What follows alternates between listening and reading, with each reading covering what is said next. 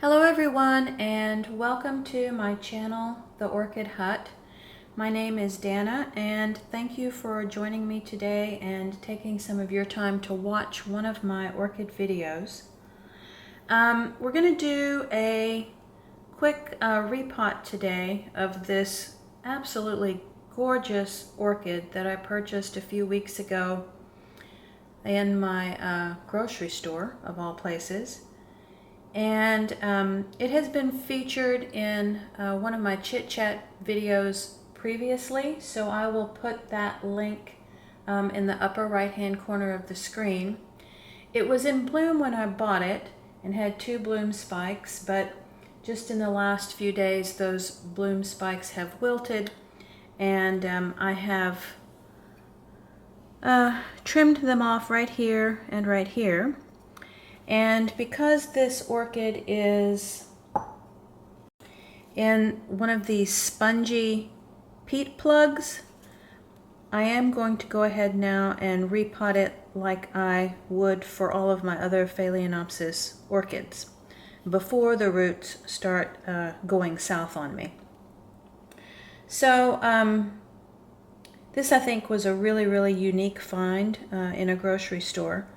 I had mentioned in the video that it was in previously that someone had suggested that it probably was a hybrid that could be traced back to Schilleriana species orchid, but I've done a little bit more research on that orchid in the last few weeks, and I'm almost kind of wondering if maybe it doesn't have a background that's more from the species Stewartiana.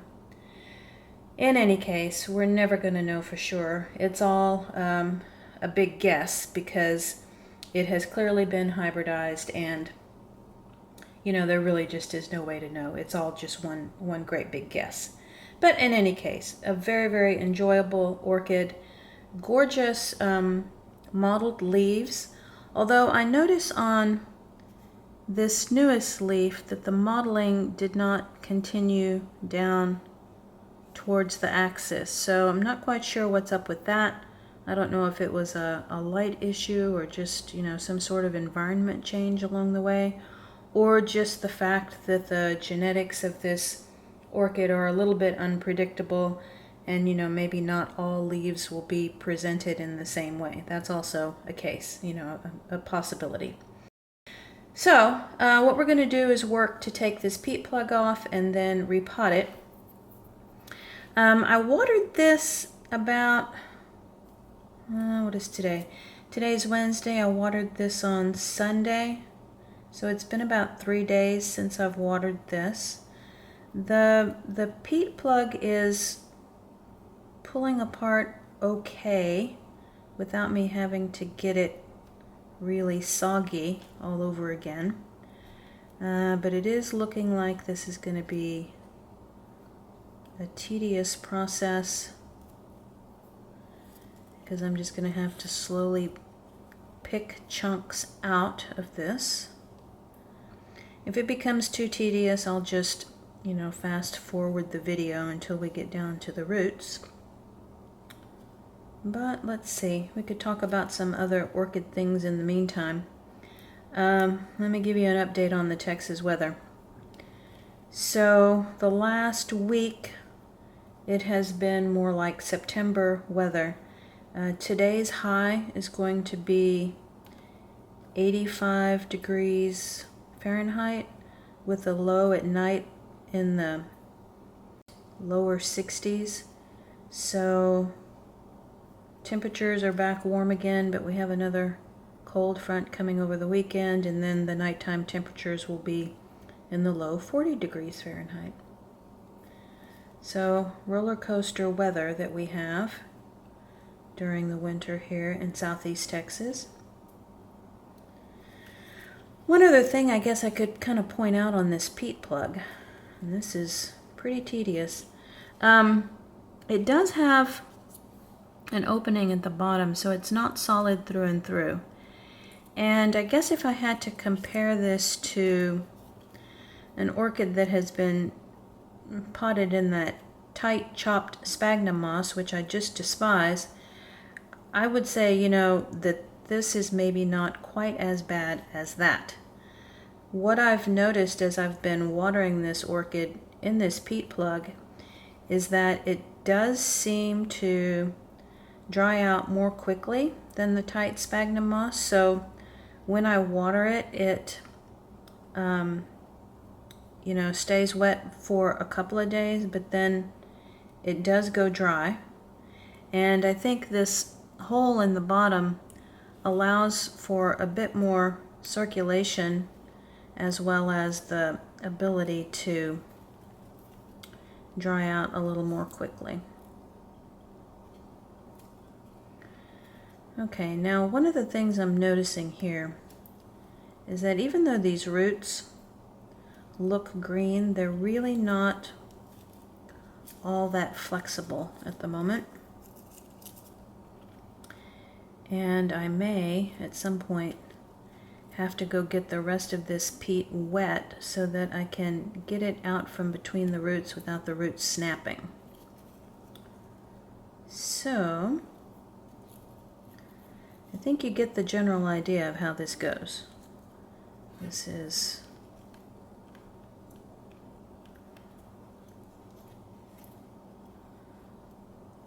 a little bit time consuming.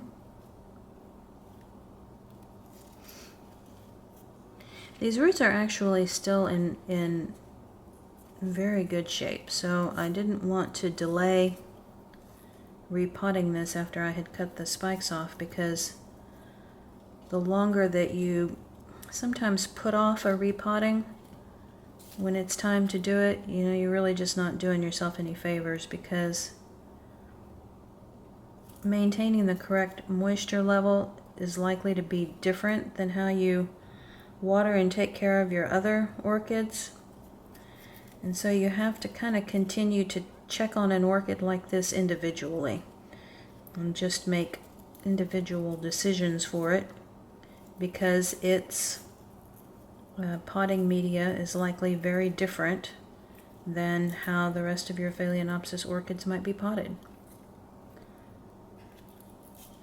What I usually do is that those that I need to check in on individually because of a situation like this, I kind of put them all over to one side in my bay window so that as I'm going through them, I see them all in one location and I don't forget anybody.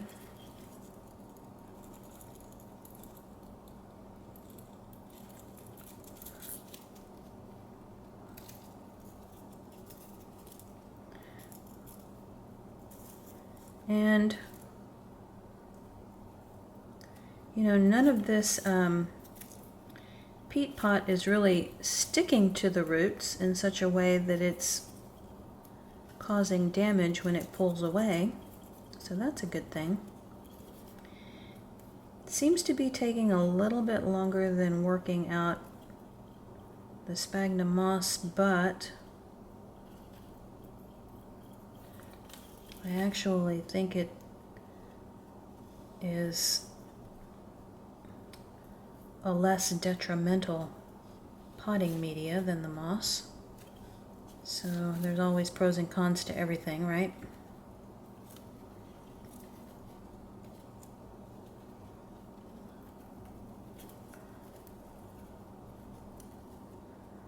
Okay.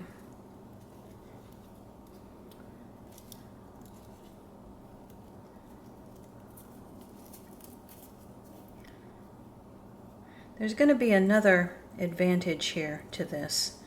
When I get all of this peat plug worked out, the roots on this orchid are relatively dry, even though I watered it 3 days ago. So when I spray this root system with hydrogen peroxide, I'm really getting the full benefit of that treatment. If you have a root system that's soggy and soaking wet, and you spray that hydrogen peroxide, it's going to immediately be diluted, and you're not going to receive the full benefit of the 3% hydrogen peroxide if the roots are wet when you spray it on. Okay, so that's looking pretty good. It's okay for some of that peat to still be stuck on the roots. I'm going to get off as much as I can without scratching the roots. Okay, so let's have a look here. There really is not a lot to trim. So let's go ahead and trim the obvious stuff.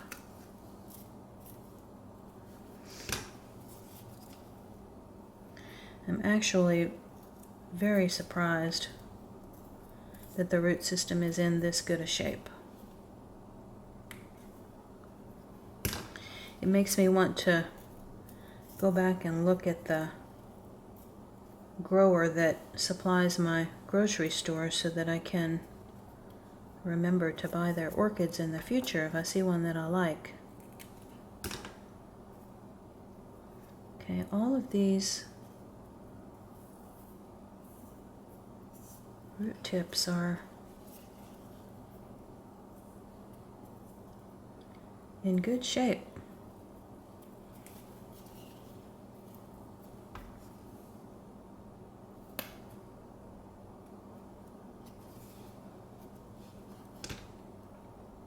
Okay, I think that's all I'm going to do. So now it's time for the spray.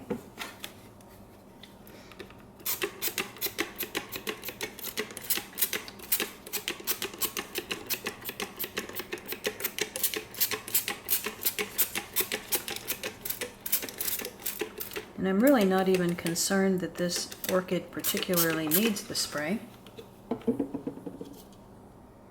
Okay, so let me get a bit of this mess out of the way while this dries just for a few seconds.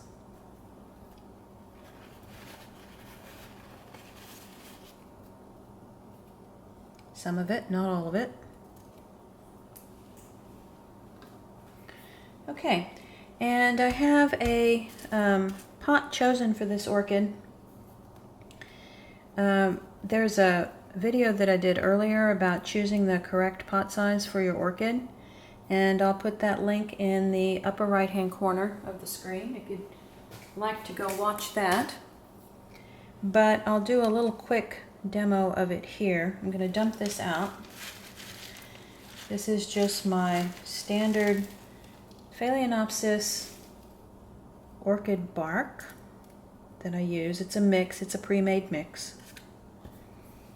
And the way you can tell that the pot is appropriate is that the orchid actually fits pretty tight in there. So this is a perfect fit. It does not have a lot of extra space in there where media would just be hanging out. The roots are up against the side of the aerated pot. So that's what a Phalaenopsis likes. And this is really just perfect in the way of sizing for repotting this orchid. Okay, so one of the things I noticed when I was pulling this media out was it was at the top of a new bag.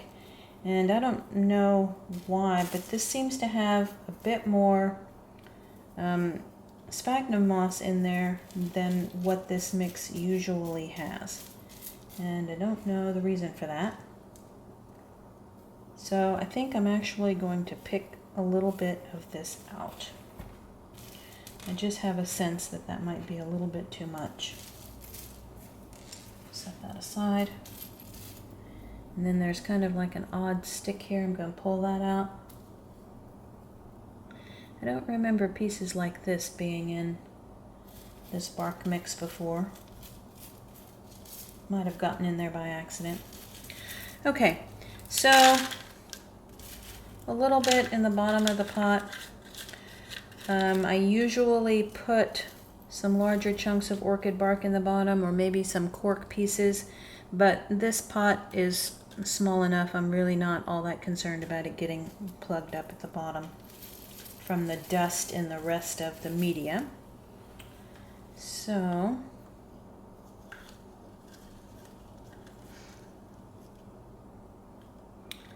some of these were kind of like air roots.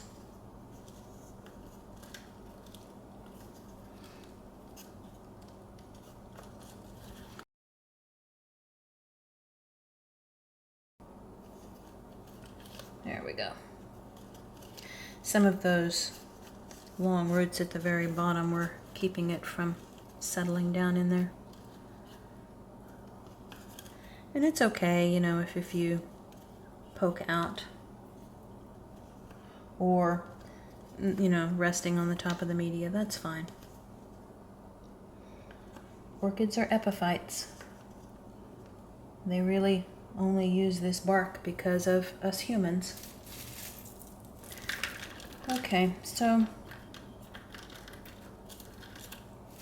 going to start kind of filling in, and it's going to take a little bit of tapping. This root system was so well developed that it might take a little bit of extra work to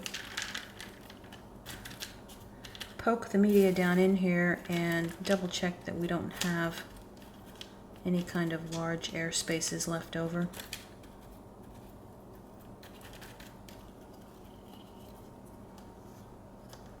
All the while I'm sort of holding it down because I don't want it to push up from the bottom of the pot.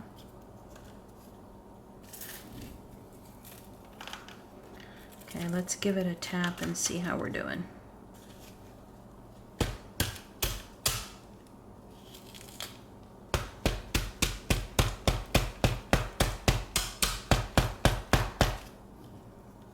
Okay, let's check the air spaces. So there's kind of a big pocket right here where there's an air space. A little one right here, not as big of a deal. Another one right here. One little trick that you can do to help with that, especially if, you know, like the tapping doesn't seem to be working completely. And what you hear is me opening my kitchen drawer, because I've gotten a skewer here, and sometimes you can kind of poke with the skewer and work the bark down. So let me put a little bit right here and then see if we can use that skewer to work it down in there.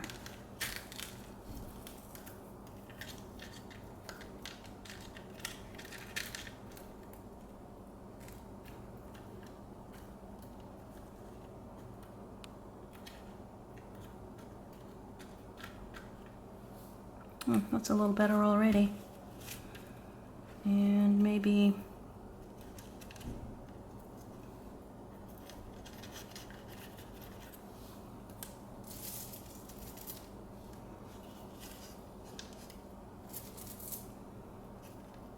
it's harder to poke those round Leica pieces, so I'm kind of on purpose trying to choose some of the smaller bark.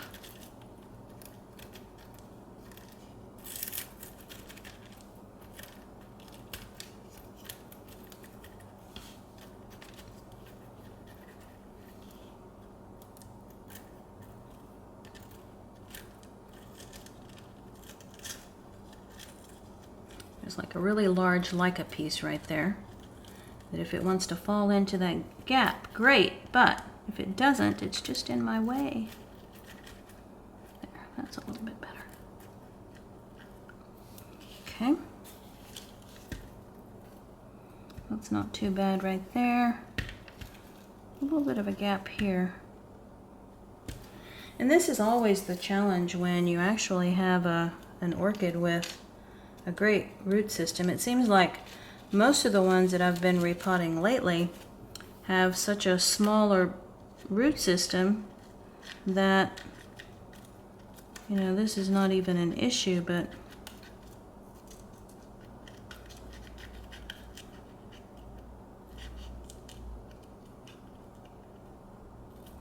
you do have to be a little bit careful. You don't want to jab the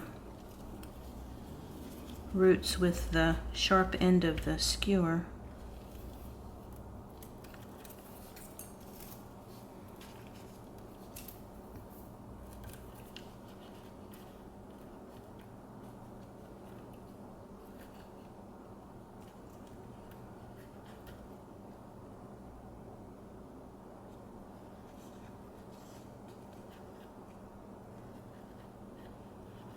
Okay, that went well.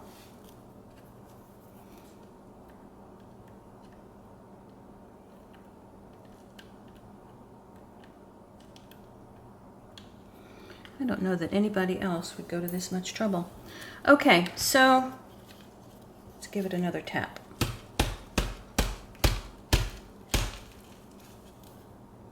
Alrighty, so filling up the pot the rest of the way now.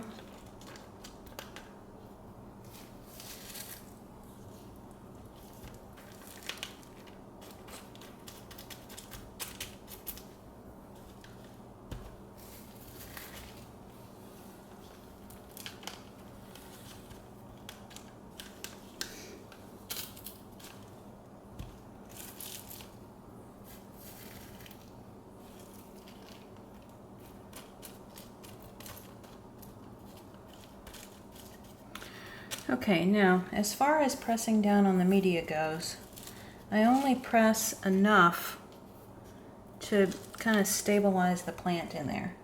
You know, over pressing just takes out the air spaces that the orchid actually needs. So if I press, it's only to stabilize the plant, and this one doesn't need much of that at all because it does have a full root system that's holding it in the pot. All right, let's give it another look.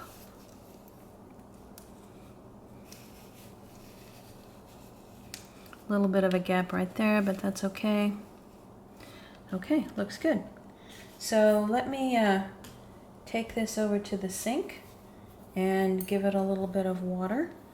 And then I think my plan for this one is to put it under the grow lights where my outdoor orchids are right now. It's a small enough plant that it will fit on the shelf nicely. And hopefully what it will do next, since I've cut the bloom spikes off, is it will put some new growth from the top of the plant and hopefully begin to grow some new roots. So thank you so much for watching. And if you learned something new or enjoyed this video, please give it a thumbs up, and the subscribe button will be coming up in the bottom right-hand corner of the screen. Talk to you next time.